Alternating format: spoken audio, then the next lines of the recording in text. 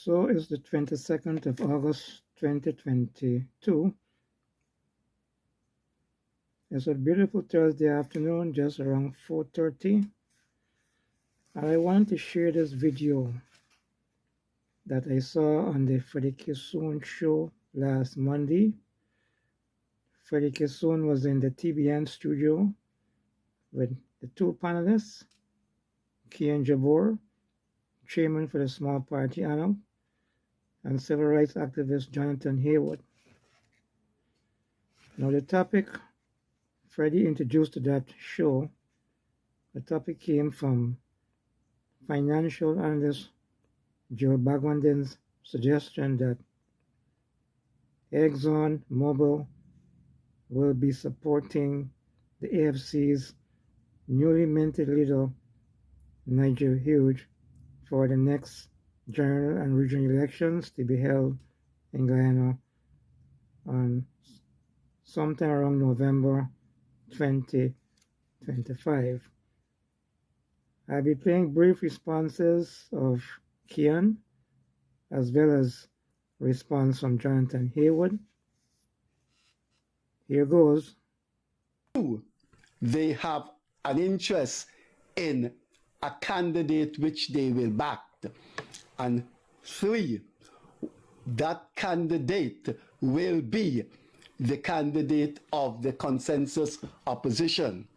So here to discuss the configuration of that theory and maybe the contortion of that theory is Keon. A financial donation goes a long way.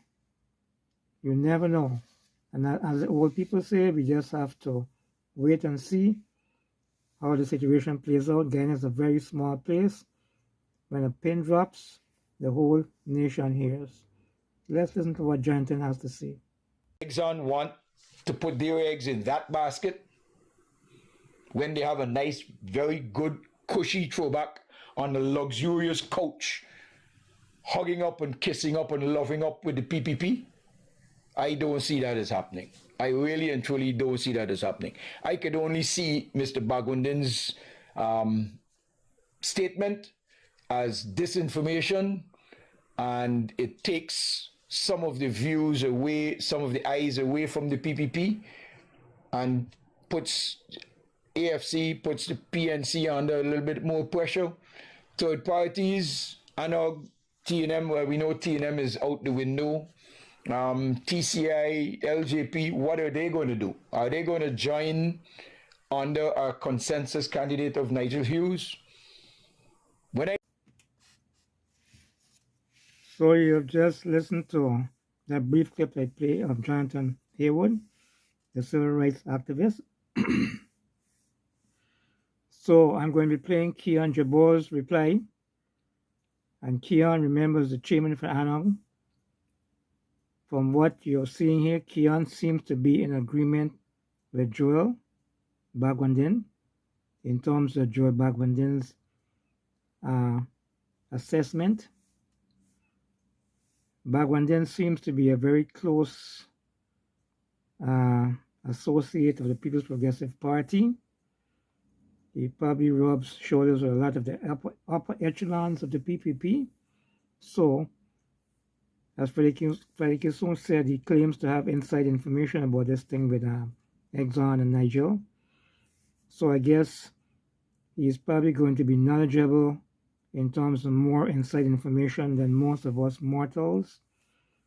And maybe, who knows, the PPP is probably thinking along the same way. I could remember people even banding the name of T. Mohammed. The name of T. Mohammed throwing his name in the ring. But I want to believe that that's also a rumor. And I also want to believe this also is a rumor about Exxon Mobil backing Nigel. I don't see that happening, but Keon believes so.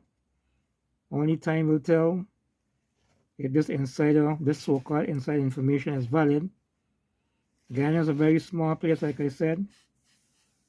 Election campaigning costs some money. You need to get financial donors. Guyana is a very small place. if a pin drops, the whole nation knows. So you cannot fool people, you cannot bluff people.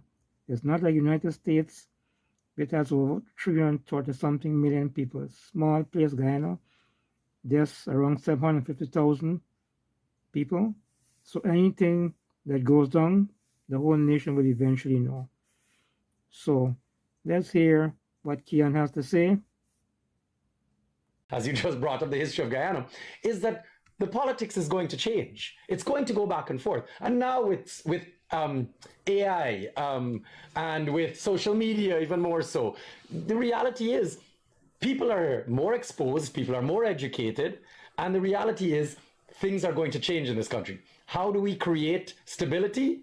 By making sure all the power is not in one person's hands and by backing a third party. It clearly shows signs that the larger companies are interested in third party politics. And the reality is, I'm going to have to agree with Joel on his theory. It seems to me like the larger companies, and especially the Americans, and this just to throw another stick in the spokes there. We've been watching how America has been coming down on PPP people, on executives, on members, on people who are involved in public corruption.